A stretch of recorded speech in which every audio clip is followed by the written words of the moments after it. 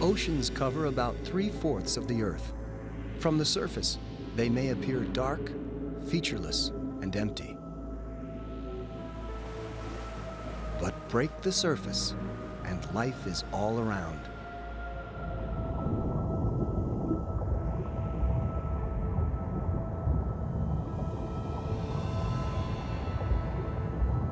The ocean is not our element, but it provides homes for more varied life forms than the land.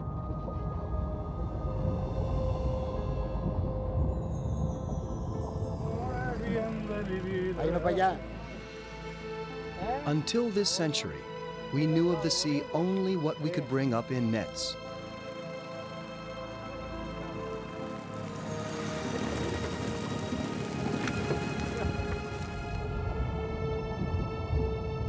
Delicate creatures like jellies, once known as jellyfishes, are nothing like fish.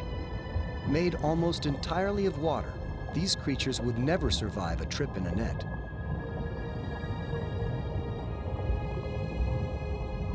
Filter feeding, a way of eating common to marine animals from corals to some whales, doesn't exist on land.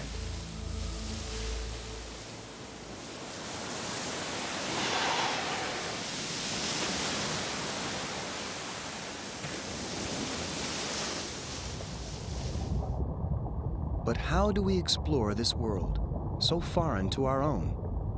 100 feet underwater, the pressure is 4 times greater than at the surface. Farther down, light fades and temperatures drop. The pressure and the cold are more than people can withstand. Even plant life gives way to sponges. Our first attempts to explore the world below the light were crude and dangerous.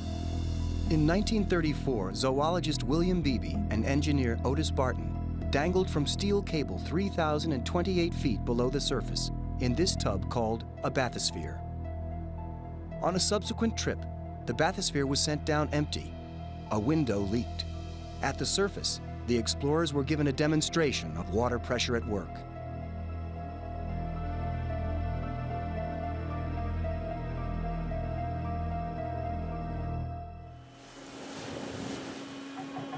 Today, more sophisticated submersibles, like the Nautile, can take explorers 2.5 miles down.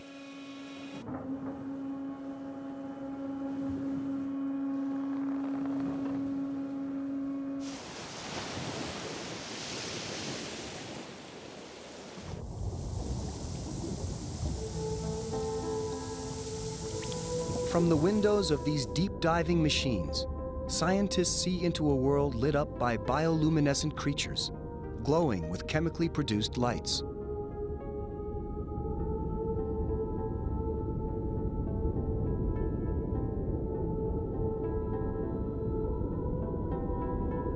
But less than a dozen submarines have made it to these depths and returned.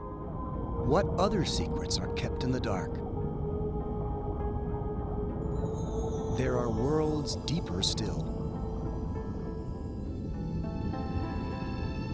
The bottom of deep-sea trenches lie under as many as 7 miles of ocean. We know less about the ocean floor than the surface of the moon.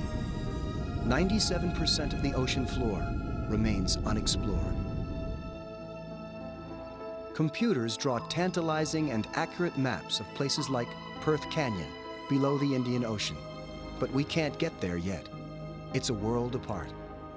What spectacular life forms await our discovery?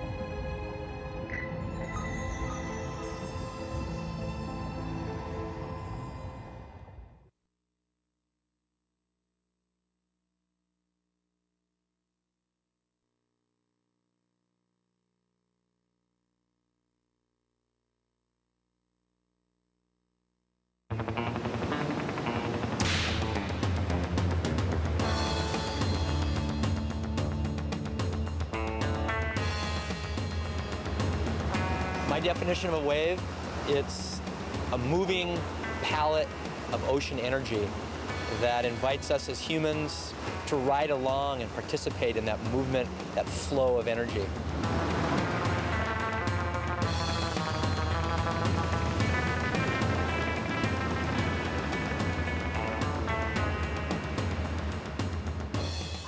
Scientists wouldn't disagree entirely.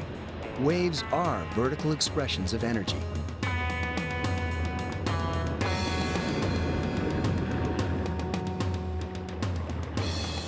Waves begin far out at sea, where they're whipped up by the wind. These swells carry energy from the wind across the surface water, all the way to the beach. Surfers can ride waves because as the waves roll ashore, they climb. In shallow water, wave length decreases. The bottom of the wave drags on the sea floor, and the crest of the wave rises, moving along until it breaks.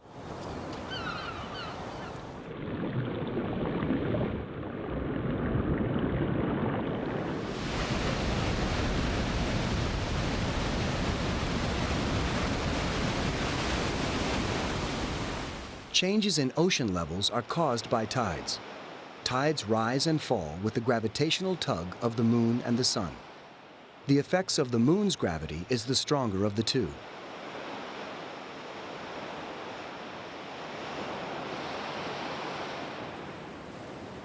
The effect changes as the moon rotates around the Earth. Physicist James Trefil explains. When you have the situation of the moon pulling on this side and then pulling the Earth away from the ocean on the other side, it looks like you've got a bulge where the ocean is sort of football shaped and the Earth is baseball shaped inside. And then that moves around the Earth and follows the moon. Twice a day, tides rise and fall, and waves constantly lap our shores. Over time, waves can change the shape of our coastlines and create new beaches.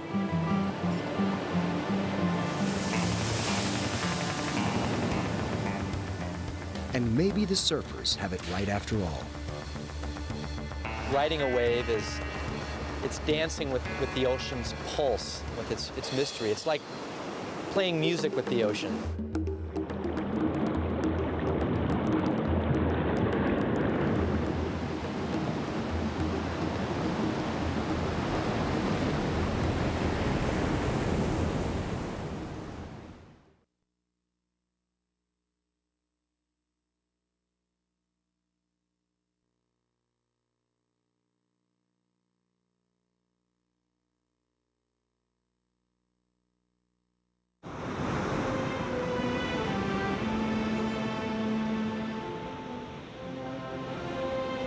The oceans cover 3/4 of the Earth.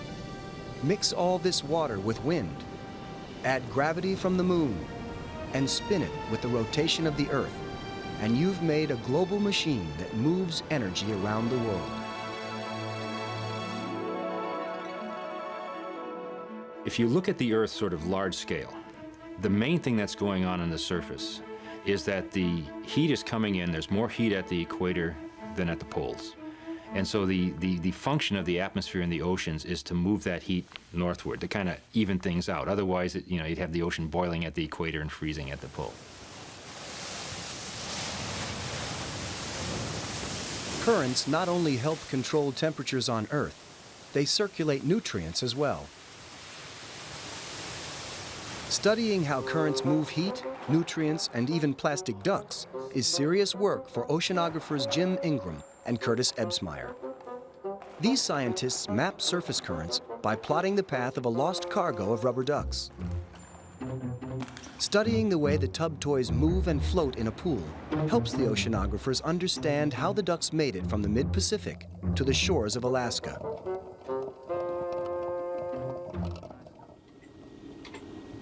The information collected in the pool is loaded into a computer model that takes into account wind speed, drift, and waves to simulate the duck's accidental trip. As each duck arrives on the virtual shore, more information about surface currents takes shape. We know now that surface currents are streams of water as much as 50 miles wide, affecting the movement of objects to depths of 100 feet. Such information serves us well. When oil spills like the Exxon Valdez happen, knowing where the oil is likely to move may save shorelines and sea life.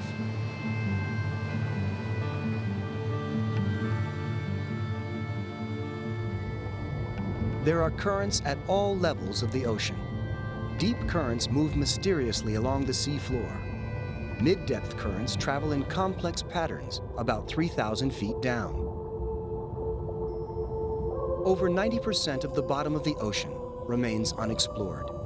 We do know that currents move the ocean floor itself, continually reshaping the part of the Earth's surface we're just beginning to understand.